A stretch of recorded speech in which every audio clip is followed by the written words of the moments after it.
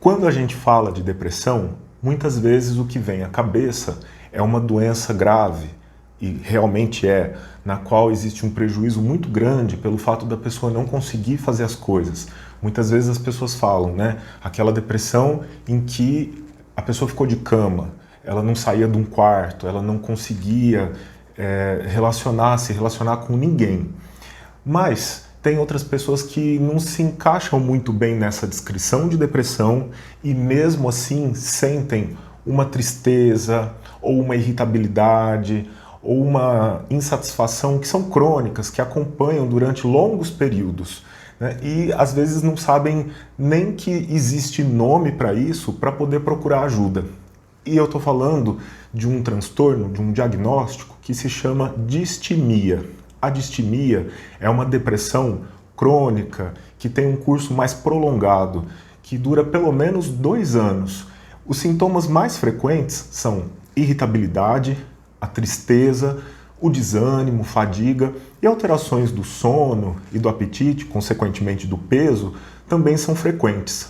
O mau humor é uma constante.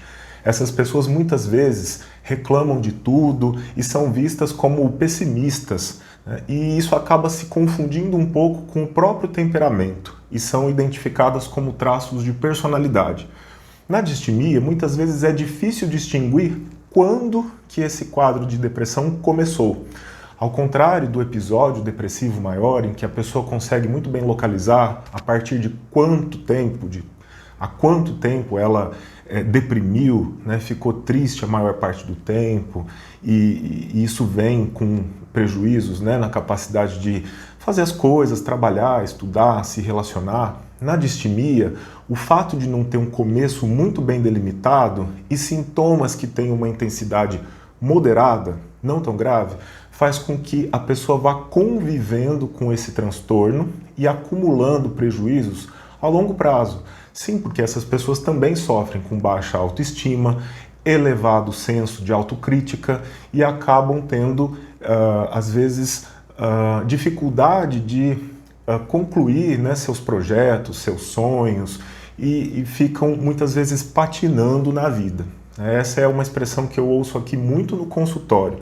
Parece que as coisas não vão para frente, que nada dá certo, que a vida não tem graça e essa desmotivação vai afetando a pessoa ao longo dos anos.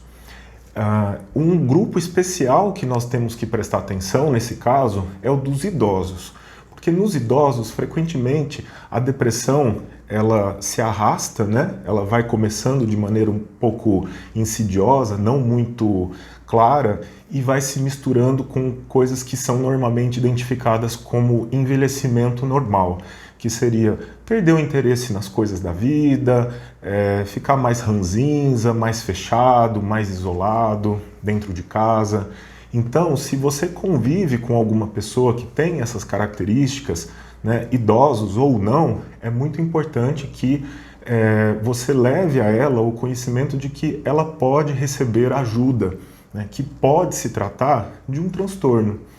E a ajuda, nesse caso, ela pode vir, né, na forma de tratamento medicamentoso, com antidepressivos, com psicoterapia, com a combinação de ambos, né, que seria inclusive mais eficaz, mais interessante, e ainda com outras medidas que o profissional de saúde mental, o psiquiatra, o psicólogo vão poder orientar. Por quê? A depressão, qualquer que seja ela, né, não pode ser subestimada. Seja aquela depressão que a pessoa, o episódio grave, né, que a pessoa não consegue fazer as coisas, ou essa que, apesar de parecer mais leve, a pessoa vai convivendo com ela durante muito tempo e vai acumulando prejuízos não só na saúde mental, mas também na física, né, com descuido da própria saúde, com risco suicida, com perdas profissionais, com perdas nos relacionamentos afetivos, familiares. Então, a minha orientação é o seguinte: depressão é coisa séria em qualquer das formas que ela se manifeste. Se você tem, né, essas condições que eu falei aqui no vídeo ou conhece alguém, procure ajuda ou aconselhe que ela procure ajuda de um profissional de saúde mental. Combinado? Então é isso, gente. Eu agradeço, né, por mais a companhia por mais esse vídeo e eu te espero então na próxima semana.